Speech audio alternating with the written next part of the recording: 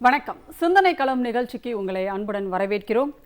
பாஜக ஆட்சியில், ஒன்றியத்தில் நடந்து வருகின்ற பாஜகவினுடைய ஆட்சியில், அந்த அரசினால் இந்திய நாட்டினுடைய வளர்ச்சி எப்படி இருக்கிறது? வளர்ச்சி ஏற்பட்டிருக்கிறதா? நாட்டில் வளர்ச்சி இருக்கிறதா? எந்த துறைகளிலாவது வளர்ச்சிக்கான அறிகுறிகள் தென்படுகின்றதா என்று பல்வேறு தரப்பினரும் கேள்விகள் எழுப்பிக் கொண்டே இருக்கின்றனர். ஆனால் தொடர்ந்து பாஜகவினுடைய அமைச்சர்களாக இருந்தாலும் சரி, பாஜக ஆதரவாளர்களாக இருந்தாலும் சரி, பாஜகவினுடைய ஆட்சியில் நாட்டினுடைய வளர்ச்சி அபரிமிதமாக இருக்கின்றது என்றுதான் தொடர்ந்து சொல்லிக் கொண்டிருக்கின்றனர். உண்மையிலேயே என்ன நடக்கிறது, உண்மை நிலை என்ன என்பது குறித்து அந்தந்த துறை சார்ந்தவர்களுடன் பேசலாம் என்ற அடிப்படையில் இந்த நிகழ்ச்சியை அமைத்திருக்கிறோம். பாஜக ஆட்சியில் நாட்டில் வளர்ச்சி இருக்கிறதா என்பது குறித்து நாம் பேச இருக்கிறோம். இதில் நம்முடைய கருத்துக்களை பகிர்ந்து கொள்வதற்காக காங்கிரஸ் கட்சியினுடைய இளைஞர்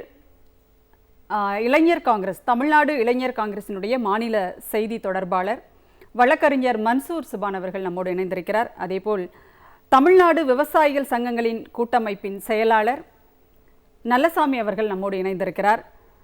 அடுத்ததாக இணைய இருக்கின்றனர் சமூக ஆர்வலரும் அரசியல் பார்வையாளருமான முனைவர் சுந்தரவள்ளி இணைய இருக்கின்றார். அதேபோல் இந்திய தொழிற்சங்கங்களின் கூட்டமைப்பின் சார்பில் திரு ரகுநாதன் அவர்கள் அடுத்த அமர்வில் இணைய இருக்கின்றார். தொடர்ந்து நாம் இவர்களிடம் பேசுவோம். அமைச்சர்கள் சொல்வதும், பாஜகவினுடைய ஒன்றிய அமைச்சர்கள் சொல்வது, ஆதரவாளர்கள் சொல்வதெல்லாம் எந்த அளவுக்கு உண்மையிலேயே என்ன நடந்து கொண்டே இருக்கிறது பேசலாம். நாம் தொடர்ந்து. உங்கள் 3 பேருக்கும் என்னுடைய வணக்கம். முதல்ல மன்சூர், உங்ககிட்ட இருந்து இப்போது டெல்லியில் ஒரு முதலீட்டாளர்கள் மாநாடு நடந்திருக்கு. அந்த முதலீட்டாளர் மாநாடு ஒன்றில் பேசும்போது ஒன்றிய மத்திய அமைச்சர் மன்சுக் மாண்டவியா அவர் பேசும்போது சொல்லியிருக்கிறார். நிறைய செய்திகளை அதில் சொல்லியிருக்கிறார். அதெல்லாம் செய்தித்தாள்களில் வந்திருக்கிறது. அதன் அடிப்படையில் தான் நம்ம இந்த கேள்விகளையே முன்வைக்கிறோம். அதாவது என்ன சொல்லியிருக்கிறாருன்னா, எங்களுடைய அரசானது, பாஜக ஆட்சியானது ஒரு சுமூகமான ஒரு சூழலை நாட்டில் உருவாக்கி இருக்கிறது. அதாவது இந்த உலகத்தையே நாங்கள் ஒரு குடும்பத்தை போல பார்க்கிறோம். அப்படிதான் நாங்க இந்தியாவே கருதுகிறது. அப்படி இப்ப இந்தியா கருதுகிறது அப்படின்னு சொன்னா ஒன்றிய அரசு பாஜக கருதுகிறது அப்படின்றத நம்ம பொருள் எடுத்துக்க முடியும். உங்களுடைய பார்வை?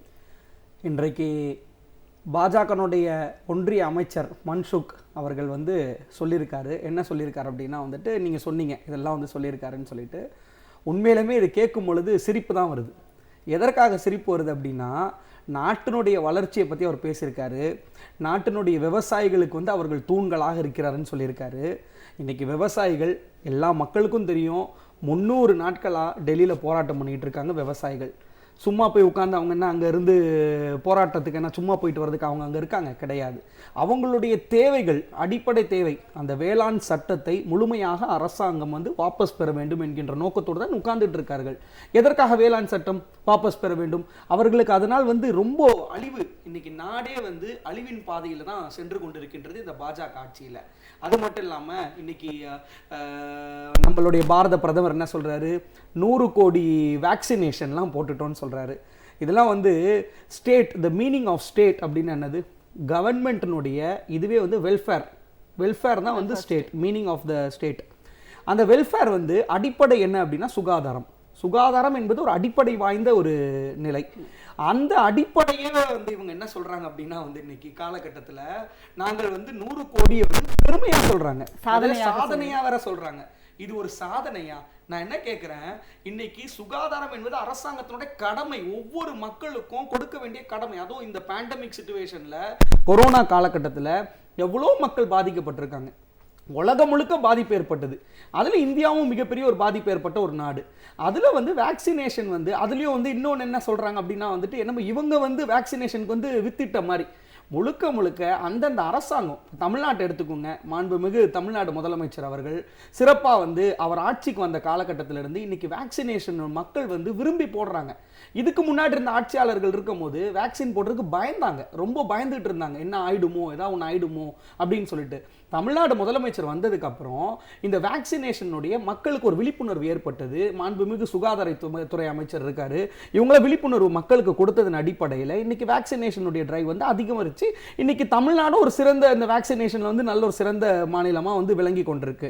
இது போன்ற காரியங்கள் இன்னைக்கு நாட்டினுடைய வளர்ச்சின்றாங்க. ஜிடிபி பாருங்க, 2009 ஜிடிபி எவ்வளோ இருந்தது, இன்னைக்கு 2021 ஜிடிபியினுடைய கிராஸ் டொமஸ்டிக் ப்ராடக்ட், ஜிஎன்பி எல்லாம் இன்னைக்கு மைனஸ்ல இருக்கு.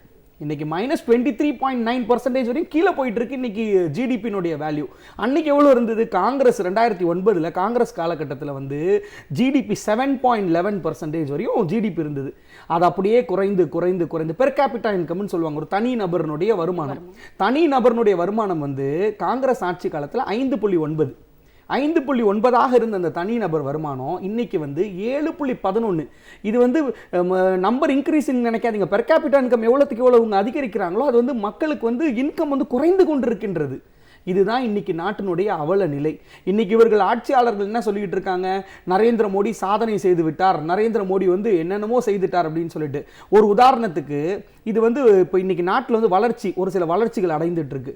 நம்ம சின்ன பிள்ளைங்களா இருக்கும் பொழுது நம்மளுக்கு வந்து இன்டர்நெட்னா என்னன்னு தெரியாது, மொபைல் ஃபோன்னா என்னன்னு தெரியாது, ஒன்றுமே தெரியாது.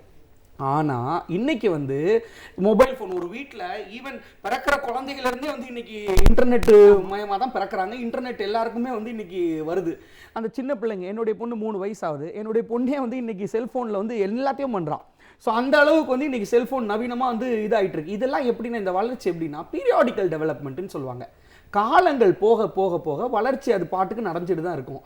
இது வந்து இவர்கள் என்ன சொல்கிறாங்க, இந்தியா வந்து ஒரு பெரிய வளர்ச்சி, பெட்ரோல் டீசல் விலை, இதை சொல்லணும்னா மக்கள்லாம் வந்து உண்மையாலுமே கொந்தளிச்சிருவாங்கன்னு நினைக்கிறேன். இல்ல, இந்த இன்டர்நெட் வளர்ச்சி இது எல்லாமே வந்து அவங்க சொல்லுகிற அந்த டிஜிட்டல் இந்தியா அப்படின்றத வந்து அவங்க கிளைம் பண்றாங்க இல்லையா? அதுல நீங்க சேர்த்துக்க மாட்டீங்களா? 100% அவங்க சொல்றாங்க டிஜிட்டல் இந்தியா. இதை வித்திட்டவரே எங்கள் அருமை தலைவர் அமரர் ராஜீவ் காந்தி அவர்கள். இந்த இன்ஃபர்மேஷன் டெக்னாலஜின்னு ஒன்று உருவாக்கி கொண்டு வந்ததே வந்து யார் கொண்டு வந்தா? அமரர் ராஜீவ் காந்தி பீரியட்ல தான். காங்கிரஸ் எந்த அளவுக்கு வளர்ச்சி, நாட்டை வந்து வளர்ச்சியின் பாதையில் கொண்டு போனாங்களோ, டிஜிட்டல் இந்தியா வந்து இவங்க என்ன சொல்றாங்க, எல்லாமே டிஜிட்டல் மயமாக்கணும்ன்றாங்க. ஒரு உதாரணத்துக்கு நான் ஒண்ணே ஒன்று சொல்றேன்.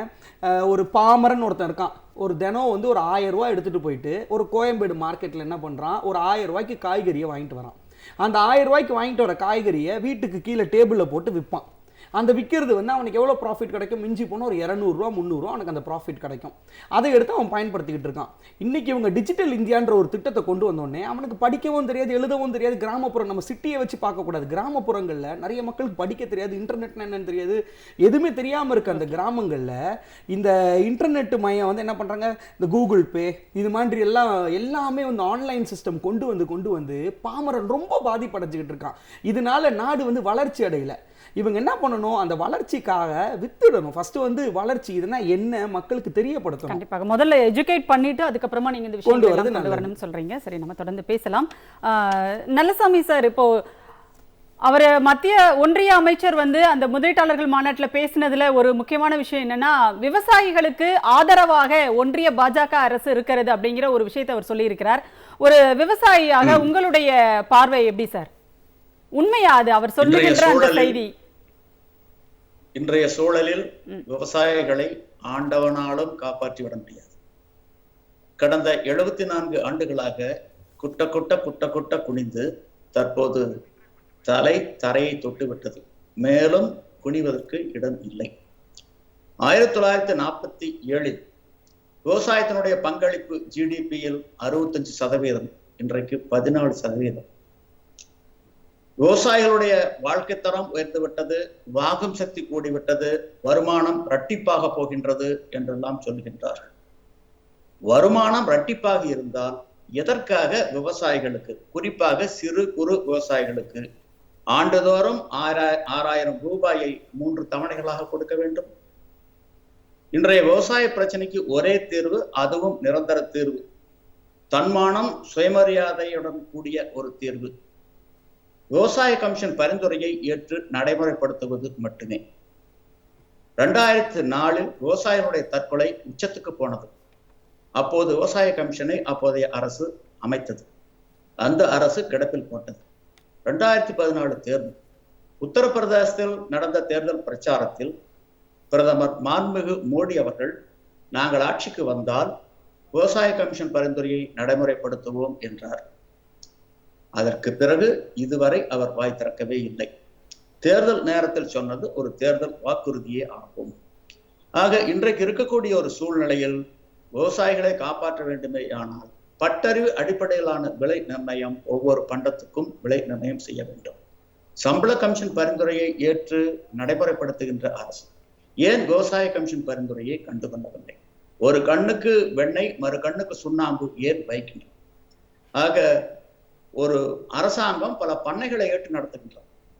உங்களுடைய பண்ணையில் அரசு அதிகாரிகளை வைத்து அவர்களுக்கு சம்பள கமிஷன் பரிந்துரைப்படி ஊதியம் கொடுத்து விளைவிங்கள். ஒரு குவிண்டால் நெல் விளைவிக்க என்ன செலவாகின்றது? ஒரு குவிண்டால் பருத்தி எடுக்க என்ன செலவு? ஒரு டன் கரும்பு அறுவடை செய்து ஆலைக்கு கொண்டு போகும் வரை ஆகும் செலவு என்ன? 1 லிட்டர் பால் கறக்க என்ன செலவாகின்றது? இவற்றையெல்லாம் துல்லியமாக கணக்கிடுங்கள். இதில் சரிபாதியை லாபமாக வைத்து ஒவ்வொரு பண்டத்துக்கும் விலை நிர்ணயம் செய்து விடுங்கள். அதற்கு பிறகு விவசாயிகளுக்கு இலவசம், மானியம், சலுகை, கடன் தள்ளுபடி, காப்பீடு, நிவாரணம், வருமான வரி விலக்களிப்பு உள்ளிட்ட எந்த சலுகையும் வேண்டவே வேண்டாம். இந்த அமர்வில் நம்மோடு சமூக ஆர்வலரும் அரசியல் பார்வையாளருமான முனைவர் சுந்தரவள்ளி இணைந்திருக்கிறார். அவரிடமும் நாம் கருத்துக்களை கேட்கலாம். வணக்கம். அதாவது மன்சுக் மாண்டவியா ஒன்றிய அமைச்சர் அவர் பேசிய கருத்துக்களின் அடிப்படையில் தான் நம்ம இன்னைக்கு இந்த நிகழ்ச்சி நடத்திட்டு இருக்கோம். அவர் ஒரு முதலீட்டாளர் மாநாட்டில் டெல்லியில் பேசும்போது சொல்லியிருக்கிறார், விவசாயிகளுக்கு ஆதரவான அரசு எங்களுடையது, ஒன்றிய பாஜக அரசு, தொழில்துறை வளர்ச்சிக்கு உகந்த ஒரு ஆட்சி இங்கே நடந்துட்டு இருக்கு அப்படின்னு அவர் பேசியிருக்கிறாரு. இந்தியாவை பொறுத்தவரை உலகத்தையே ஒரு குடும்பமாக பார்க்கிறது அப்படின்னு, அதாவது இந்தியா என்று அவர் மீன் பண்ணுறதுன்றது இன்றைய பாஜக ஆட்சி அப்படின்றது உலகத்தையே ஒரு குடும்பமாக பார்க்கிறது அப்படிலாம் நிறைய ஸ்டேட்மெண்ட் அவர் அதில் சொல்லியிருக்காரு. இதில் நம்முடைய கேள்வி என்னென்னா, அவர் சொன்னதெல்லாம் உண்மையா? ஏன்னா அவர் ஒரு அமைச்சர் அப்படி சொல்லியிருக்கிறாரு அப்படின்னா அதில் உண்மை இருக்கிறதா இல்லையா அப்படின்னு நம்ம பேசணும் இல்லையா? அதுக்காக தான் உங்களுடைய பார்வை.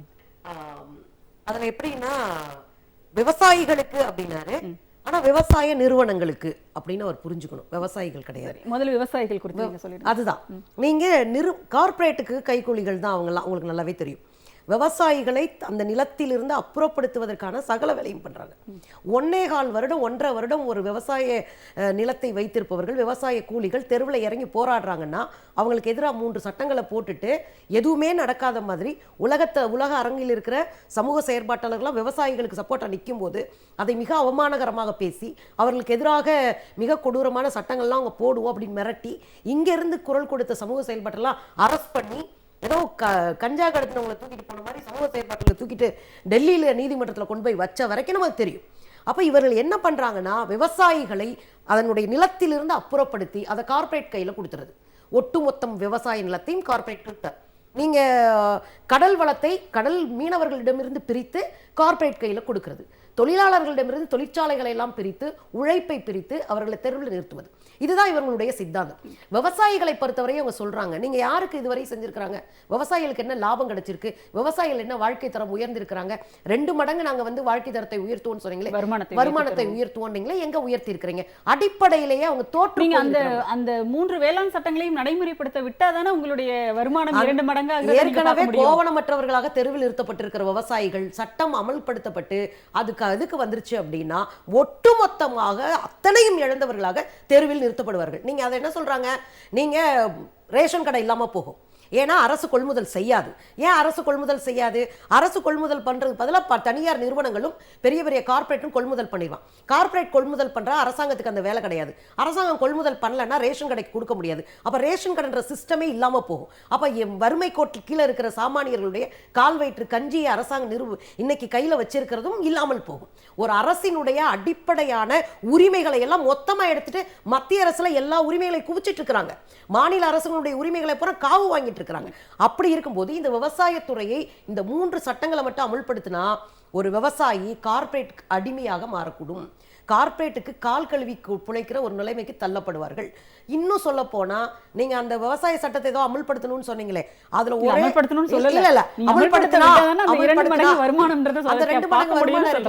நான் என்ன சொல்றேன்னா, விவசாய சட்ட திருத்தத்தை மட்டும் கொஞ்சம் அமுல்படுத்துறாங்கன்னு வச்சுக்கோங்களேன், விவசாயிகள் கார்ப்பரேட் கிட்ட ஒப்பந்தம் போட்டுக்கலாம், உலக அளவுல போய் வியாபாரம் பார்க்கலாம். தக்காளியை திரும்ப உசிலம்பட்டியில விளைய வைக்கிற தக்காளியை தூக்கிட்டு கொண்டு போய் விற்கலாம். எங்க உத்தரப்பிரதேசம்? நீங்க என்ன, நாங்க காஷ்மீருக்கே கொண்டு போவோங்க, நேரா அங்க போயிடுறது, கொண்டு போய் விற்கிறது. இந்த அரைவேக்காட்டுத்தனமான புரிதல் இருக்குல்ல, இது நான் ஒரு 1000 கிலோ ஒரு டன்னு தக்காளியை கூட என்னால் காஷ்மீர் கொண்டு போய் விற்கிறதுக்கான டிரான்ஸ்போர்ட் இதெல்லாம் என்கிட்ட இருக்காது. அப்போ இது யார் கையில் இருக்கு? இது குளிர்பாதன சாதனம் யார் கையில் இருக்கு? கார்ப்பரேட் கையில் இருக்கு. இந்த ஒப்பந்தத்தில் நான் ஒரு பெரிய கார்ப்பரேட் நிறுவனத்தோட போகிறேன். அதானி கூட நான் ஒரு ஒப்பந்தம் போகிறேன். நான் மதுரைக்குள்ளே உட்காந்து விவசாயம் பார்த்துட்டு இருக்கேன். அதானி கூட ஒப்பந்தம் போட்டால் இந்த ஒப்பந்தத்தில் ஃபெயிலியர் ஆயிடுச்சு, ஒரு பிரச்சனை ஆயிடுச்சு. நான் ஒப்பந்தம் போட்டதை விட அவங்க சொல்ற மாதிரி உருளைக்கிழங்கு தக்காளி உங்களால விளைவிக்க முடியல. விளைவிச்சுட்டேன், ஆனா அவங்க கிட்ட நான் கோட் பண்ணதை விட கம்மியா விலை போகுது. அப்ப கார்ப்பரேட் விடுமா? அவங்களுக்கு நட்டம் ஏற்பட்டா விடுமா?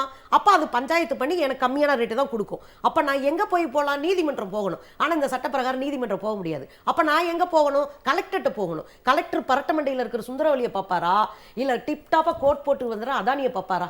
அதானி பக்கத்துல தான் நிற்பாரு. அப்ப கலெக்டர் என்ன தேய்க்காத என்ன மண்டையும் கோவணங்கட்டி இருக்கிற கூலி தொழிலாளியும் பார்க்க மாட்டாரு. அந்த அதிகாரம் எப்பயுமே அவங்களை பத்தி திரும்பாது. சோ அப்ப நாங்க ஒன்றுமற்றவர்களாக, நிலத்தை மீதான உரிமை இழந்தவர்களாக, விளைபொருள்களை எல்லாம் அடிமாட் ரேட்டுக்கு வித்துட்டு கையை கழுவிட்டு நிக்கணும். ஏற்கனவே 3.5 லட்சம் விவசாயிகள் தற்கொலை பண்ணிட்டு செத்து இருக்கிறாங்க. அதுதான் சுந்தரவல்லி, நீங்க வந்து தொடர்ந்து இந்த விஷயங்கள் எல்லாம் எடுத்து சொல்லிக்கிட்டே தான் இருக்கீங்க. அந்த 3 வேளாண் சட்டங்கள் வந்ததிலிருந்து இது முற்றிலும் விவசாயிகளுக்கு எதிரானது, விவசாயிகள் அவ்வளவு பேர் போராடுறாங்க, இவங்க கண்டுக்க மாட்டேங்கிறாங்க, இதெல்லாம் நீங்க தொடர்ந்து சொல்லிக்கிட்டே தான் இருக்கீங்க. ஆனால் அதே நேரத்தில் வந்து ஒன்றிய பாஜக அரசின் சார்பாக பேசுகிறவர்களோ அல்லது அந்த அமைச்சரவையில் இருக்கின்ற அமைச்சர்களோ எல்லாருமே சொல்லிட்டு இருக்கிற விஷயம் வந்து நாங்கள் விவசாயிகளுக்கு ஆதரவாக இருக்கிறோம், விவசாயத்திற்கு ஆதரவான ஒரு ஆட்சியை நாங்க நடத்திட்டு இருக்கோம் அப்படிங்கறத உங்க திரும்ப திரும்ப சொல்றாங்க. இப்ப மக்களுக்கு அது உண்மையா இல்லையா அப்படிங்கிற ஒரு கேள்வி மக்களுக்கு ரொம்ப நல்லா தெரியும். பிஜேபி RSS எது சொல்லுகிறதோ அது உண்மை இல்லை. அவர்களுக்கு எதிராக இருப்பவர்கள் எதை சொல்லுகிறார்களோ அதைத்தான் உண்மை. ரொம்ப சிம்பிளா மக்கள் புரிஞ்சு வச்சிருக்காங்க. அவ்வளோலாம் பிஜேபியை புரிய முடியாத அளவுக்கு அறிவற்றவர்கள் நம்ம மக்கள் இல்லை. ரொம்ப தெளிவான அறிவுடையவர்கள், நுட்பமான அரசியல் அறிவுடையவர்கள். நீங்க இதுல பார்த்தீங்க அப்படின்னா, லாஜிஸ்டிக் கம்பெனி 41 கம்பெனியை ஆரம்பிச்சு அதானி கையில வச்ச பிறகுதான் இந்த சட்டம் வருது. இந்த லாஜிஸ்டிக் கம்பெனி விவசாய பொருட்களை கொண்டு போய் விற்கிற எல்லா விதமான விஷயங்களையும் அவங்க கையில வச்ச பிறகுதான் இந்த சட்டமே வருது. நான் என்ன கேக்குறீங்க, நீங்க மக்களுக்காக, விவசாயிகளுக்காக, உழவு தொழில் பண்றவங்களுக்காக தான் இந்த சட்டம்னா, எனக்கு இந்த சட்டம் பிடிக்கல, எனக்கு இந்த சட்டம் வேணாம்னா நீ வித்ட்ரா பண்ணிட்டு போ. ஏன்னா உழவர்களுக்காக தானே நீங்க இருக்கீங்க ஆட்சியே. ஆனா நீங்க என்னென்ன திருட்டுத்தனம் பண்ணீங்க? சினிமா நடிகரை உள்ள விட்டு ஆட்டை குலைச்சிங்க. நீங்க வந்து போராட்டம் பண்ணினவங்க மேல காரை ஏத்தி கொன்னீங்க. இங்க மாத்திரம் இல்ல, லக்மிபூரா லக்கிம்பூர்ல மட்டும் கிடையாது, இதுலயும் போற ஹரியானாவிலையும் இன்னைக்கு காலையில ஒரு மினி ஆட்டோவை எடுத்துட்டு போய் போராட்டம் பண்ணவங்க மேல எடுத்துருக்கீங்க. அப்ப நீங்க என்ன திட்டமிடலோட இருக்கீங்க? இந்தியாவில் எந்த இடத்துல விவசாயிகள் போராடுறாங்களோ அவங்க மேல காரை விட்டடி, லாரியை விட்டடி, குட்டியானை விட்டடி என்கிற இண்டர் அஜெண்டாவை வச்சு நீங்க வேலை பார்க்குறீங்க. நீங்க எப்படி விவசாயிகளுடைய ஒரு காப்பனா இருக்க முடியும்?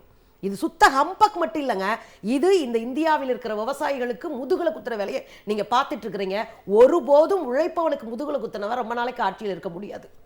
நம்ம பேசுவோம் தொடர்ந்து. திரு மன்சூர், இப்போ என்னன்னா கொரோனா நெருக்கடி அப்படின்னு ஒரு காலகட்டம் வந்து நம்ம ஃபேஸ் பண்ணியிருக்கோம்.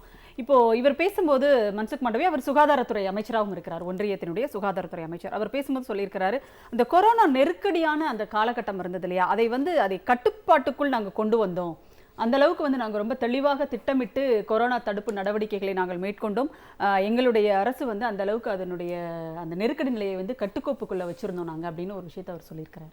ரொம்ப கேவலமான கட்டுக்கோப்பு. எப்படி அப்படின்னா, கொரோனா வந்து முதல்ல வந்து எல்லா வேர்ல்டுலேயும் சொல்லிட்டாங்க, இது வந்து சைனாவில் உருவாக்குற போதெல்லாம் எல்லா வேர்ல்ட்லேயும் சொல்லிட்டாங்க, ஏர்போர்ட்ஸ் எல்லாம் பல கண்ட்ரிஸ் வந்து க்ளோஸ் பண்ணிட்டாங்க. ஆனால் நம்மளுடைய கவர்மெண்ட் மட்டும்தான் அப்படியே ஏர்போர்ட்டை திறந்த வெளியாகவே விட்டுருந்தாங்க. எல்லாரும் வந்துட்டு போயிட்டு தான் இருந்தான். வந்துட்டு போயிட்டு அங்கே கொரோனா எல்லாம் வந்து ஒரு உச்சத்துக்கு வரும் பொழுது இந்தியாவில் பல பேர் வெளிநாட்டிலேருந்து வந்தவெல்லாம் கொரோனா அப்படியே உற்பத்தி செஞ்சு இன்னைக்கு மக்கள் வந்து ஒருத்தன் தும்புனா 30,000 பேருக்கு அந்த கொரோனாவோட ஸ்ப்ரெட்டு பரவும்னு சொல்லிட்டு ஒரு ஆய்வில் சொல்லுது. அப்போது இவங்க வெளிநாட்டில் இருந்து கொண்டு வந்த அந்த ஆட்களை வைத்து கொரோனாவை இந்தியா முழுக்க அதிகரித்து பரவி கொண்டு இருந்தாங்க. இது வந்து இவங்க கட்டுக்கோப்பில் எப்படி கொண்டு வந்தாங்க, எந்த ரூபத்தில் கொண்டு வந்தாங்க? எவ்வளவோ கண்ட்ரீஸில் வந்து வேக்சினேஷன்லாம் ஸ்டார்ட் ஆகி அதனுடைய டிரைவன்லாம் முடிஞ்சதுக்கு அப்புறம் தான் இந்தியாவில் உடனடியாக வந்து லாக்டவுன் அறிவிச்சாங்க. முதல் லாக்டவுன் அப்படிங்கிறது அது எப்போ மார்ச் வந்து கடந்த 2020 மார்ச் 23ஆம் தேதி லாக்டவுன் போடுறாங்க, 24ஆம் தேதி லாக்டவுன் போடுறாங்க. அதுக்கு முன்னாடியே இந்தியாவில் வந்து எவ்வளோ கொரோனா இருந்தது, அதுக்கு முன்னாடியே பல பேர் வந்து வெளிநாடுகளிலிருந்து வந்து இந்தியாவில் உற்பத்தி செஞ்சுட்டாங்க. நீங்க உடனடியாக லாக்டவுன் அறிவிச்சிங்க. அந்த லாக்டவுன் ஒரு திட்டமிட்டு, ஏதாவது அட்லீஸ்ட் வந்து அந்த லாக்டவுன் திடீர்னு வந்து இந்த பண மதிப்பிழப்பு பண்ணாங்க தெரியுமா, அந்த மாதிரி ஒரேடியா திகதாப்பா வந்து இவங்க லாக்டவுன், இந்தியாவில் வந்து ஒரு இம்மென்ஸ் லாக்டவுன் உருவாயிடுச்சு. இதெல்லாம் வந்து இவங்களுடைய ஃபெயிலியரிசம் தான். டோட்டலா வந்து இவங்களுக்கு தெரியல, அன்கண்ட்ரோல். வேணா ஒரு டீ கடை வைத்திருந்தவருக்கு கொண்டு போயிட்டு இவ்வளவு பெரிய பதவியை கொடுத்து இன்னைக்கு ஒரு பிரதம மந்திரியா மக்கள் உருவாக்கியிருக்காங்களே, அவர் இப்படிதான் செய்வார். அவருக்கு டீ ஆத்த மட்டும் தான் தெரியும். என்ன தெரியும் அவருக்கு? வேற எதுவுமே தெரியாது. டீ ஆத்தவே தெரியுமான்றது வந்து எங்களுக்கு அதுவே பொய்யின்னு யார் சொல்றாரு, இது ஆர்எஸ்எஸ்னுடைய தலைவர் பிரவீன் தொகாடியா சொல்றாரு. அப்படி ஒண்ணு நான் கேள்வியே பண்ணல. 40 வருஷம் அவருக்கு எனக்கு ஃப்ரெண்டு தான். ஆனா அப்படி ஒண்ணு அவர் செய்யவே. சரி, நம்முடைய பிரதமர் வந்து தனக்குத்தானே ஒரு வரலாற்றை எழுதிக் கொள்கின்ற அளவுக்கு திறமையானவர் பொய்யான வரலாற்றை சொல்லுகிறவர்கள் பின்புலம் எப்படி இருக்குன்னு பேசுறாங்க. இவர்களாவே ஒரு வரலாற்றை உருவாக்கி விட்டாங்க. டீ வித்தாரு, அதை பண்ணாரு, இதை பண்ணாரு. டீ விற்கிறது கூட லாயக்கு இல்லைன்னா நான் சொல்ல முடியும். ஏன்னா இன்னைக்கு நம்மளுடைய பிரதமருடைய நோக்கமே அதுதான். மக்களுக்கு எதுவுமே எந்த திட்டத்தையும் வேக்சினேஷன் போட்டோம் கங்கணம் கட்டுறாங்க. வேக்சினேஷன் வந்து ஒரு நான் முதல் இதில் சொல்லும் பொழுது என்ன தெளிவாக சொன்னேன், இது வந்து ஒரு வெல்ஃபேர் ஸ்டேட். இது வந்து சுகாதாரம் என்பது ஒரு மக்களுக்கு அடிப்படை தேவை. இன்னைக்கு வளர்ச்சி வளர்ச்சி வளர்ச்சின்றாங்களே, எதில் வளர்ச்சி? இவங்க கொண்டு வந்திருக்க வளர்ச்சி அத்தனையும் எதில் கொண்டு போயிருக்காங்கன்னா மதவாதத்தினுடைய வளர்ச்சியும், அது மட்டும் இல்லாமல் இன்னைக்கு நாட்டு மக்களுக்கு வந்து பிழைவு ஏற்படுத்தக்கூடிய வளர்ச்சி, பெட்ரோல் டீசல் விலை வளர்ச்சி, அதுக்கப்புறம் வந்து இன்னைக்கு இவங்க வளர்ச்சின்றாங்களே, அந்த பெட்ரோல் டீசல் விலையை குறைச்சிட்டு சொல்லுங்க. வேக்சினேஷனுக்கு பதில் பெட்ரோல் டீசல் விலை ஜிஎஸ்டி வரம்புக்குள்ள கொண்டு வந்துட்டு சொல்லுங்க, எஸ் நான் வளர்ச்சி நான் ஏத்துக்கிறேன். இதெல்லாம் செய்ய மாட்டாங்க. இந்திய தொழில் சங்கங்களின் கூட்டமைப்பின் சார்பில் திரு ரகுநாதன் நம்மோடு இணைந்திருக்கிறார். அவரிடம் கேட்கலாம். ரகுநாதன் சார், வணக்கம். வணக்கம். தொழில்துறையினுடைய வளர்ச்சிக்கு உகந்த ஒரு அரசாக ஒன்றிய பாஜக அரசு இருக்கிறது அப்படின்னு சொல்லியிருக்காங்க. அதுவும் சொன்னவர் வந்து சாதாரண ஆள்லாம் கிடையாது. ஒன்றியத்தினுடைய அமைச்சராக இருக்கின்ற திரு மன்சுக் மாண்டவியா ஒரு முதலீட்டாளர்கள் மாநாட்டில் டெல்லியில பேசும்போது அவர் சொல்லியிருக்கிறார். உண்மையில் தொழில்துறை வளர்ச்சிக்கு அப்படி ஒரு உகந்த ஒரு ஒன்றிய அரசாக இந்த அரசு செயல்படுகிறதா? அவர் ஏன் அப்படி எதை பார்த்து இப்படி பேசுகிறார்ன்றத முதல்ல பார்த்துருவோம். இப்போ பொதுவா நம்ம எல்லாருக்கும் என்ன ஒரு சைட்ல பாக்குறோம் அப்படின்னு பாத்தீங்கன்னா, ஜிஎஸ்டியினுடைய வரும்படி மாதம் கிட்டத்தட்ட 1.2 லட்சம் கோடி. ஒரு நிறைய கார்ப்பரேட் கம்பெனிகள் இந்த காலாண்டு அரையாண்டினுடைய அறிக்கையை பார்க்கும் பொழுது இவ்வளவு தூரத்துக்கு ப்ராஃபிட் பண்ணியிருக்காங்க. 300% ப்ராஃபிட், 200% ஆர்டர் புக்கிங் அப்படின்றத பார்க்குறோம். இப்போ கிட்டத்தட்ட JSWன்ற ஒரு ஸ்டீல் மேனுஃபேக்சரிங் கம்பெனி பார்த்தீங்கன்னா ஒரு காலாண்டில் 6000 கோடி, அதாவது போன வருடத்தினுடைய அளவை விட கிட்டத்தட்ட 3 மடங்கு லாபம் சம்பாதிச்சிருக்காங்க. இந்த மாதிரி சில இன்ஃபர்மேஷன். மூன்றாவது வந்து யூனிகார்ன்ஸ் அப்படின்னு சொல்லக்கூடிய $1 பில்லியன் வேல்யூவேஷன் இருக்கக்கூடிய கம்பெனிகள் அதிகமாக இந்த கடந்த ஓராண்டுக்குள்ள இந்தியாவில் வந்திருக்கு. 40 யூனிகார்ன்ஸ் கொண்டு வந்திருக்கோம். நான்காவது, ஷேர் மார்க்கெட்டினுடைய பிரைஸ் கிட்டத்தட்ட 60,000 to 70,000 தொட்டுக்கிட்டு இருக்கு. ஐந்தாவது, பேங்கினுடைய ப்ராஃபிட்ஸ் பார்க்குறோம். ஆறாவது, ஜிடிபி ப்ரொஜெக்ட் பண்ணதை விட இப்போ ரிவைஸ் பண்ணி பெட்டரா பண்ணிக்கிட்டு இருக்கோம்னு சொல்றோம். ஏழாவது, இம்போர்ட் எக்ஸ்போர்ட்னுடைய கேப்பு குறைஞ்சி போயிருக்கு. எட்டாவது, ஃபாரின் ரிசர்வ் அதிகமாயிருக்கு. 9வது, ஆன்லைன் சேல் மிக அதிக அளவில் பெருக்கத்தை காண்டிருக்கு. இதை மட்டுமே ஒரு சைட்ல பார்த்துக்கிட்டு நம்ம வந்து வளர்ச்சியை பெற்றுட்டோம் அப்படின்னு நம்ம சொல்லும் பொழுது, நான் இப்போ உங்ககிட்ட பகிர்ந்து கொள்ள வேண்டியது மறுபக்கம். அந்த மறுபக்கம் வந்து கிட்டத்தட்ட 80% மக்கள் வாழும் அவல நிலை. இதுதான் உண்மையான இந்தியா. அதுல என்ன இருக்குன்னு பாருங்க. டேட்டா என்ன சொல்லுது? ஹங்கர் இண்டெக்ஸ்ல நம்ம வந்து அதிகமான ஒரு இண்டெக்ஸை நோக்கி நகர்ந்து இருக்கிறோம். ஹங்கர் இண்டெக்ஸ்னா என்ன? பாவர்ட்டி அதிகமாயிருக்கு. 80% மிடில் லோயர் இன்கம் ஃபேமிலி இன்னும் வறுமைக்குள்ள புஷ் பண்ணப்பட்டிருக்கிறாங்க. இந்த கொரோனா காலத்துல 20 வருட சேமிப்பை இழந்தவர்கள் மிக அதிகம். நிமிடத்திற்கு கோடிகளை சம்பாதிப்பவர்களும் இருக்கிறார்கள், அவர்கள் சிலர். ஆனால் இழப்பை சந்தித்தவர்கள் மிக அதிகம். மூன்றாவது, நான் பர்ஃபார்மிங் அசெட் அப்படின்னு சொல்லக்கூடிய கடனை வாங்கி செலுத்த முடியாமல் அவதிப்படும் தொழில் அல்லது தனிப்பட்ட நபர்களுடைய வாரா கடன் பெருகிவிட்டது. பேட் பேங்க் அப்படின்ற ஒன்றை அமைக்கும் அளவுக்கு அது அதிகமாயிருச்சு. ஐந்தாவது, நம்ம இதுவரை கேள்விப்பட்டது டிமானிட்டைசேஷன். இந்த முறை நம்ம கேள்விப்படுறது மானிட்டைசேஷன். மானிட்டைசேஷன்னா என்ன? வருவாய் பெருக்கும் திட்டம். நம்ம கையில் இருக்கிற அசெட் எல்லாம் நம்ம பிரைவேட்டைஸ் பண்ணிட்டு அதன் மூலியமாக வருவாயை பெருக்குவதற்கு உண்டான திட்டம் தான் மானிட்டைசேஷன். இப்ப சமீபத்தில் நடந்த ஏர் இந்தியாவுடைய சேல் வந்து அந்த மானிட்டைசேஷனை பொறுத்தது தான். பிரைவேட்டைசேஷன் அப்படின்றது அடுத்தது. வங்கிகளை பிரைவேட்டைஸ் பண்றோம். ஆனால் ஒரு அரசாங்க வங்கி தான் ஒரு பிரைவேட் வங்கியான எஸ் பேங்கையே மீட்டு எடுத்தது. இப்போ நம்ம பொது உடைமை வங்கிகளை பிரைவேட்டைஸ் செய்ய போறோம். அடுத்த டேட்டா, பாஸ்போர்ட்டினுடைய வேல்யூ, இந்தியனுடைய பாஸ்போர்ட்டினுடைய மதிப்பு குறைந்து விட்டதுன்றது டேட்டா. நகைக்கடனுடைய ஆக்ஷன் சேல் அதிகமாகி விட்டதுன்றது டேட்டா. நகைக்கடன் யார் வாங்குவாங்க? வறுமை கோட்டுக்கு கீழே இருக்கிறவங்க வாங்குவாங்க. அடுத்தது எம்ப்ளாய்மெண்ட், வேலை வாய்ப்பு, வேலை இழப்பு, வேலை இன்மை, சம்பளம் குறைப்பு, இவைகள் அதிகமாயிருச்சு.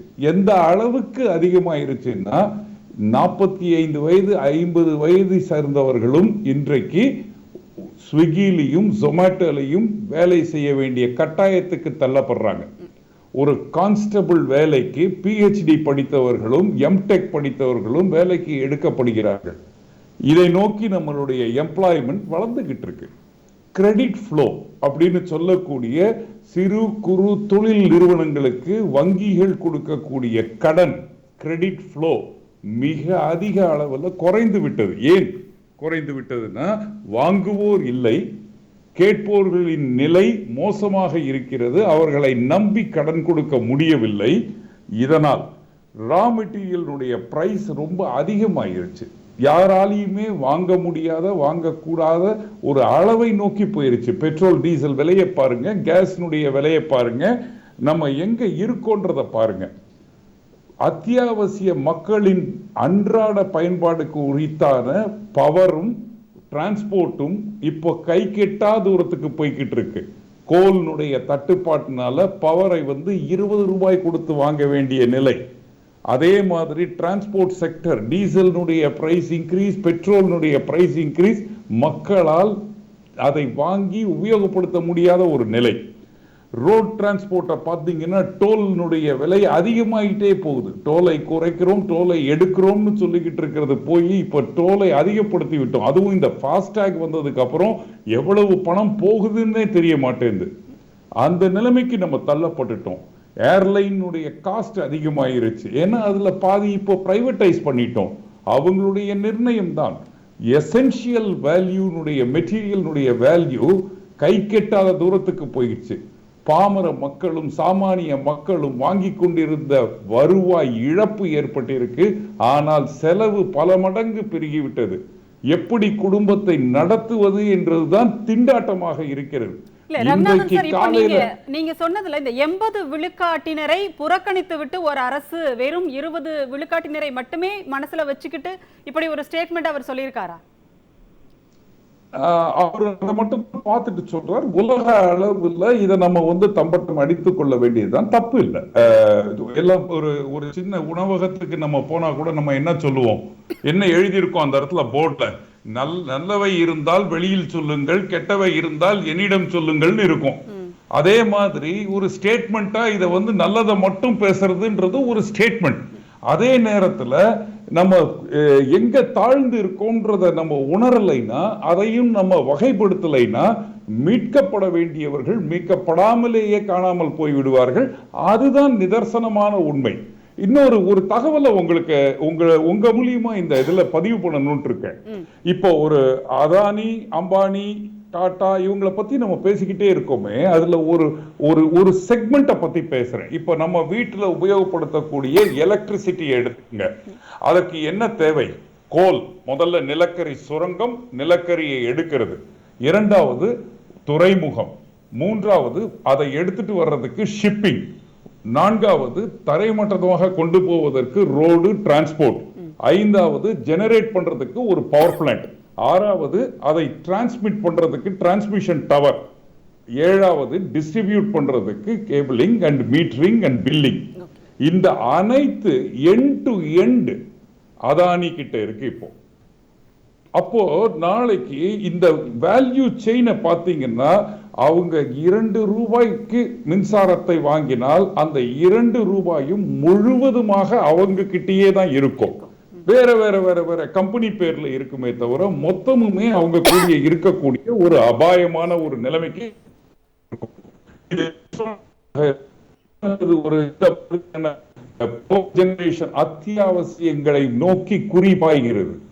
அப்போ நாளைக்கு நம்மளால கட்டுப்படுத்த முடியாமல் போயிருவோம். இப்போ ரயில்வேயும் பிரைவேடைஸ் பண்ண போறோம், ரயில்வே ரூட்ஸை பிரைவேடைஸ் பண்றோம், ஹைவேஸை பிரைவேடைஸ் பண்றோம், போர்ட்டுகளை பிரைவேட் பண்ணிவிட்டோம், ஏர்போர்ட்டுகளை பிரைவேட் பண்ணிவிட்டோம், பேங்குகளை பிரைவேட் பண்ண போறோம். அப்போ இண்டஸ்ட்ரி பாலிசியை நோக்கி நான் கொஞ்சம் பேசணும்னு இருக்கேன். இப்போ கடந்த ஒரு 6 ஆண்டுகளாக தொழில் சார்ந்த கொள்கை முடிவுகள் எதுவுமே பாத்தீங்கன்னாக்க, இப்போ 3 லட்சம் கோடி ECGL ஸ்கீம், அதுல அதிகமாக பலனடைந்தது நடுத்தர வர்க்கத்தினர் தான், தொழில் படுத்துறவர்கள் தான். Fund of funds, corporate tax waive பண்றது, பேங்க் லோன் அதிக அளவு விலக்கு கொடுத்தது கார்பரேட் நிறுவனங்களுக்காகத்தான். ரீஸ்ட்ரக்சரிங் அப்படின்ற பேர்ல ஏற்கனவே கடனை வைத்திருந்து அதை திருப்பி கட்டாதவர்களை ரீஸ்ட்ரக்சரிங் பண்ணதும் கார்பரேட் நிறுவனங்கள் தான். PLI ஸ்கீம்னு ப்ரொடக்ஷன் லிங்க்டு இன்சென்டிவ் கொண்டு வரப்பட்டதும் கார்பரேட் நிறுவனங்களுக்கு தான். பிரைவேடைசேஷன் ஒரு த்ரோவே பிரைஸ்ல கார்பரேட் நிறுவனங்களுக்கு தாரவாத்து கொடுத்துட்டு இருக்கோம். இன்றைக்கு நம்ம பார்க்கிறோம் BPCL இருந்து கிட்டத்தட்ட 7000 கோடி நிகர லாபம்னு பார்க்கிறோம். ஆனால் அதையும் நம்ம இப்போ விற்பதற்கு தான் முயற்சி பண்ணிக்கிட்டு இருக்கோம். அதே மாதிரி எக்ஸ்போர்ட் த்ரஸ்ட் கார்பரேட் நிறுவனங்களுக்கு, ஃபாரின் டைரக்ட் இன்வெஸ்ட்மெண்ட் 100%, அந்த ரீகிளாசிபிகேஷன், லேபர் கோட் எல்லாமே சாதகமாக கிட்டத்தட்ட ஒரு 30 கம்பெனிகளை நோக்கித்தான் செலுத்தப்படுகிறது. அதை மட்டுமே பார்த்தீங்கன்னா மிகப்பெரிய வளர்ச்சி. மவுண்ட் ரோட்ல இருந்துகிட்டு LIC மட்டும் பார்த்துட்டு நம்ம வளர்ந்து விட்டோம்னு சொல்ற மாதிரி, அதை தாண்டி இந்த பக்கம் பக்கம் பார்த்தாதான் தெரியும் உண்மையான மக்கள் எங்க வாழ்றாங்கன்னு. அதுதான் டிஃபரன்ஸ். நல்லசாமி சார், இப்போ விவசாயிகளுக்கான அரசுன்னு ஒன்றிய அரசு கிளைம் பண்ணிக்குது. ஆனால் அங்க டெல்லியில பாத்தீங்கன்னா, டெல்லி மட்டும் கிடையாது, இன்றைக்கு விவசாயிகளுடைய போராட்டம் வட மாநிலங்கள் அனைத்திலுமே பரவிருச்சு. அத்தனை போராட்டங்கள் நடந்துகிட்டு இருக்கு. ஆனாலும் அது என்னன்னு கூட கேட்க மாட்டேன்றாங்க. அதை எப்படியாவது அந்த போராட்டத்தை பிசுபிசுத்து போக வைக்கணும் அப்படிங்கறதுல மட்டுமே அவங்க குறியா இருக்கிறத பாக்குறோம். அப்புறம் எப்படி விவசாயிகளுக்கான அரசு அப்படிங்கறத அவங்க கிளைம் பண்ணிக்கிறாங்க? அதாவது என்ன சொல்றாங்கன்னா, பொதுவா நாடு தன்னிறைவு பெற்று விட்டது உணவு உற்பத்தியிலன்னு பெருமையை சொல்றாங்க. நாடு தன்னிறைவு பெறவே இல்லை. நம்முடைய சமையல் எண்ணெய் தேவையில் 70% தொடர்ந்து இறக்குமதி செய்து வருகின்றோம். பருப்பு தேவையில் 60% தொடர்ந்து இறக்குமதி செய்து வருகின்றோம். அந்நிய பொருட்களுடைய விற்பனை சந்தையாக இந்தியா இருக்கக்கூடாது என்பதற்காகத்தான் அன்று மகாத்மா காந்தி அந்நிய பொருட்களை வாங்கி குவித்து தீயிட்டு கொளுத்தினார். அப்படிப்பட்ட நாட்டில் 74 ஆண்டுகளுக்கு பிறகு அந்நிய பண்டங்களுக்கு சிவப்பு கம்பளம் விரித்து கொண்டிருக்கின்றோம். சமையல் எண்ணெய் என்று வருகின்ற பொழுது பாமாயில் அதிகமாக இறக்குமதி செய்யப்படுகின்றது. அது இந்தோனேசியா, மலேசியாவிலிருந்து பெறப்பட்டு 1 கிலோ 60 ரூபாய்க்கு பெறப்பட்ட அந்த பாமாயிலுக்கு 35 ரூபாய் மானியம் கொடுக்குறாங்க. அதைத்தான் பங்கீட்டு கழகங்கள்ல சந்தைப்படுத்துறாங்க. அதே நேரத்துல இந்தியாவில் விளையக்கூடிய தேங்காய், நல்லெண்ணெய், கடலெண்ணெய், கடுகெண்ணெய், விளக்கெண்ணெய் போன்ற எண்ணெய்களுக்கு எந்த மானியம் கிடையாது. இவைகளை பங்கீட்டு கடைகள்ல சந்தைப்படுத்துறதும் இல்லை. ஆக வெளிநாட்டு பண்டங்களுடைய விற்பனை சந்தையாக இந்தியா இருக்கின்றது என்றால் கிழக்கிந்திய கம்பெனி ஆண்டதற்கும் இப்போது ஆள்வதற்கும் எந்த வேறுபாடும் இல்லை. ஆக காந்திய கொள்கைகளை முற்றிலுமாக குழி தோண்டி புதைத்து விட்டோம். அப்படி புதைத்த பிறகு எதற்கு 10 ரூபாய் நோட்டில் காந்தி படம், 2000 ரூபாய் நோட்டில் காந்தி படம்? இந்திய நாடு ஒரு விவசாய நாடு என்று பெருமையாக சொல்லிக்கின்றோம்.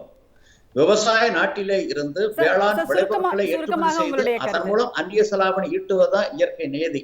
இந்த நியதிக்கு மாறாக தொடர்ந்து ஒரு விவசாய நாட்டுக்குள் வேளாண் விளைபொருட்களை இறக்குமதி செய்து வருவது என்பது ஒரு தேசிய அவமானம். இதை பற்றி அரசு கண்டுகொள்ளவே இல்லை என்பதுதான் நாங்கள் வைக்கக்கூடிய ஒரு குற்றச்சாட்டு. இது தொடர்ந்து 74 ஆண்டுகளாக நடந்து கொண்டிருக்கின்றது. சரிங்க சார், நம்ம தொடர்ந்து பேசலாம். மன்சூர், இப்போ என்னன்னா, ஏற்கனவே சொன்ன மாதிரி ஒரு அமைதியான ஒரு சூழல் அப்படிங்கிறது இந்த நாட்டில் நிலவுகிறது அப்படிங்கிறத தொடர்ந்து சொல்லிக்கிட்டே இருக்காங்க. அது ஒரு பக்கம் இருக்கட்டும். இப்போது கேஸ் விலை உயர்வு அப்படிங்கிறது, இப்போ அடுத்த வாரம் கேஸ் விலை உயரப்போகுது அப்படிங்கிறது இப்போவே சொல்லுகின்ற அளவுக்கு ஒரு முன்னேற்றம் வந்திருக்கிறத நம்மளால் பார்க்க முடியுது. பெட்ரோல் விலை நீங்கள் சொன்னீங்க ஏற்கனவே, இது இப்போ உங்களுடைய நிறைவு கருத்தாக நீங்கள் இதன் மீது? கட்டாயம் இன்னைக்கு கேஸ் விலைலாம் எவ்வளோ அதிகரிச்சுட்டு இருக்குன்றது இன்னைக்கு லேடிஸ்க்கு தெரியும். உங்களுக்குலாம் தெரியும் எவ்வளோ இன்னைக்கு கேஸ் விலை. லேடிஸ்ல எல்லாருமே எல்லாருக்குமே பொதுவாகவே எல்லாருக்கும் தெரியும். குறிப்பாக வந்து லேடிஸ்லாம் வந்து இதில் வந்து கொந்தளிச்சிட்டு இருக்காங்க. ஏன்னா அந்த வீட்டை வந்து பராமரிக்கக்கூடியவங்க வந்து அந்த சமையல் எல்லாம் வந்து லேடிஸ் தான். ஆனால் என்ன ஒன்றுனா, இதுக்கு முன்னாடி இருந்த அந்த 2009 காலகட்டத்தில் அந்த டைம்லலாம் வந்து என்னென்னா, சிலிண்டர் கேஸ் விலை உயர்ந்தாலே உடனே வந்து இங்கே இருக்க பாஜக காரங்களும் அந்த இப்போ இருக்க அந்த நம்மளுடைய அமைச்சர் நிர்மலா சீதாராமன் அம்மையார் வந்து என்ன பண்ணுவாங்கன்னா, உடனடியாக வந்து ரோட்டில் வந்து உட்காந்துருவாங்க. கேஸ் விலை ஏறிடுச்சு, பெட்ரோல் விலை ஏறிடுச்சு அப்படின்னு சொல்லிட்டு. இன்றைக்கி அவங்க எங்கே போனாங்க அந்த அமைச்சர்லாம்? அவங்க இன்னைக்கு அவங்களுடைய நோக்கம் என்ன? அப்போ அன்னைக்கு ஒரு காலகட்டத்தில் அன்னைக்கு மக்களுடைய நலனுக்காக அவங்க போராடணுன்றாங்க. இன்னைக்கு ஏறிடுச்சு, உண்மையாலுமே இன்னைக்கு கேஸ் விலைலாம் 1000 நெருங்கிட்டு இருக்கு. அப்படின்ற போது இன்னைக்கு மக்கள் அவதிப்பட்டு இருக்காங்க. ஆகவே இது வந்து இன்னைக்கு பாஜக அரசாங்கம் மக்களினுடைய நலனுக்காக இருக்கக்கூடிய அரசாங்கமே கிடையாது. அவங்களுடைய நோக்கம் முழுக்க முழுக்க சங்கீஸ்களுக்கும் இது போன்ற ஆட்கள் அவங்களுடைய தனிப்பட்ட RSS அமைப்பை சார்ந்தவர்களுக்காக மட்டும்தான் இந்த அரசாங்கம் நடந்துட்டு இருக்கு. பணக்காரர்களுக்காக மட்டும்தான். நிறைவாக ஒன்று சொல்கிறேன், power tends to corrupt, absolute power corrupts absolutely அப்படின்னு சொல்லிட்டு ஒரு ப்ராவப் இருக்குது. அது என்ன சொல்லுது அப்படின்னா, இவங்க முழுக்க முழுக்க வந்துட்டு ஒரு பவரை முழுக்க ஒரு நரேந்திர மோடின்னு ஒரு ஒரு ஆட்கள் கிட்ட கொடுத்த உடனே அவரே முழுக்க பவர் எல்லாத்தையும் எடுத்த உடனே இது வந்து கரப்ஷனுக்கு வித்துடுது. இதுதான் என்னோட கருத்து. சரி, நன்றி. சுந்தரவள்ளி, இப்போ வந்து உலகம் முழுவதையுமே ஒரு குடும்பமாக பார்க்கின்ற ஒரு அரசு ஒன்றியத்தில் இருக்கிறது அப்படின்னு பாஜக அரசை பற்றி சொல்கிறார்கள். உங்களுடைய பார்வை எப்படி இருக்கு? உண்மையிலேயே அப்படிப்பட்ட ஒரு இந்தியாவிலேயே அப்படி இல்லை, உலகம் முழுவதும் பார்க்கறது இருக்கட்டும், இந்தியாவுக்குள்ள இருக்கிறவர்களை இந்தியர்களாக தேசிய இனத்தினுடைய மக்களாக பார்க்கிற பார்வை கிடையாது. சிறுபான்மை மக்கள் ஒதுக்கி வைக்கப்படுகிறார்கள். பொது நீரோட்டத்திலிருந்து பெண்களும் குழந்தைகளும் விலக்கி வைக்கப்படுகிறார்கள். எதிர்கருத்து பேசுகிற முற்போக்காளர்கள் கொலை செய்யப்படுகிறார்கள். எதிர்கருத்து பேசுகிற கம்யூனிஸ்டுகள் மற்ற முற்போக்கு திராவிட இயக்கங்கள் போன்றவை எல்லாம் ஆன்டி இண்டியன்ஸாக முன்னிறுத்தப்படுகிறார்கள். ஸோ சொந்த நாட்டு மக்களே எதிர்த்து கருத்து கேட்டால், எதிர்த்து கேள்வி கேட்டால் அவர்கள் தனிமைப்படுத்தப்படுகிறார். நேற்று நேரம் நடந்த பாகிஸ்தான் இந்தியா கிரிக்கெட் மேட்ச் ஒரு விளையாட்டாக பார்க்கணும், அரசியலை சீரியஸாக பார்க்கணும். ஆனால் இவங்க அரசியலை விளையாட்டாக பார்க்குறாங்க, விளையாட்டை சீரியஸாக பார்க்குறாங்க. இதில் நீங்கள் பார்த்தீங்கன்னா முகமது சாமி அவர் நல்லா பந்து போடல, அதனால தான் தோத்து போனோம் அப்படின்றதெல்லாம் ஹம்பக்கான விஷயம் இல்லையா? ஒரு இஸ்லாமியர்ன்றனாலேயே அவர் பாகிஸ்தானுக்கு எல்லாருமே அதுதான் எல்லாம் அப்படிதான் இஸ்லாமியர் என்பதால் முகமது சாமியை இது பண்றாங்க. அப்புறம் கைதட்டினவங்க நல்லா விளையாண்டவங்க ட்வீட் போட்டவங்க எல்லாத்தையும் தேசிய பாதுகாப்பு சட்டத்தில் அரெஸ்ட் பண்ணிட்டு இருக்காங்க. ஒரு அம்மாக்கு வேலையே போச்சு. அப்ப நான் என்ன கேட்கிறேன்னா, நீங்கள் சாமானியர்களுக்கும் எதிரானவர்கள். இந்தியா தான் குண்டுவெடிப்பு நடத்தப்பட்ட நாடுகளினுடைய பட்டியலில் முதலிடத்தில் இருக்கு. அதிகமாக இவங்க ஆட்சிக்கு வந்த பிறகு ராணுவத்தினர் மீது தாக்குதல் அதிகமாக நடந்திருக்கு. பெண்களும் குழந்தைகளும் வாழ தகுதியற்ற நாடா இவங்க ஆட்சியில் தான் மாறி இருக்கிறது. தொழிலாளர்கள் அப்புறப்படுத்தப்பட்டிருக்கிறாங்க. 300 பேரை ஒரு கம்பெனி தூக்கி வெளியேறலாம், சாதாரணமாக இல்லை, யார்கிட்டையும் கேட்க வேண்டியதில்லை என்று தொழிலாளர் சட்டத்தை திருத்தி இருக்காங்க. விவசாய சட்ட திருத்தத்தில் வந்திருக்காங்க. நேற்று நேரம் பழங்குடியினருடைய காடுகள் பாதுகாப்பு சட்டம், வன பாதுகாப்பு சட்டத்தின் மூலமாக பழங்குடிகள் அங்கிருந்து தூக்கி வெளியேறிஞ்சிட்டாங்க. இன்னும் அங்க புறம் வந்து ரயில் போப்பது எல்லாம் போப்பது துண்டு துண்டாக போகுது காடுகளை. ஸோ இப்படியாக சாமானிய மக்களினுடைய உணர்வுகளுக்கும் சாமானிய தேசிய இனத்திற்கு எதிராகவும் உழைப்பாளர்களுக்கு எதிராகவும் இந்த நாட்டை நிறுத்திட்டு கார்ப்பரேட்டுகளுக்கு கால் பிடித்துக் கொண்டிருப்பதான் மோடி அரசு. கண்டிப்பாக உங்களுடைய கருத்துக்களை எங்களோடு பகிர்ந்து கொண்டமைக்கு மிக்க நன்றி. இந்த நிகழ்ச்சியில் கலந்து கொண்டு சிந்தனை களம் நிகழ்ச்சி இத்துடன் நிறைவடைகிறது. மீண்டும் ஒரு நிகழ்ச்சியில் சந்திப்போம். வணக்கம்.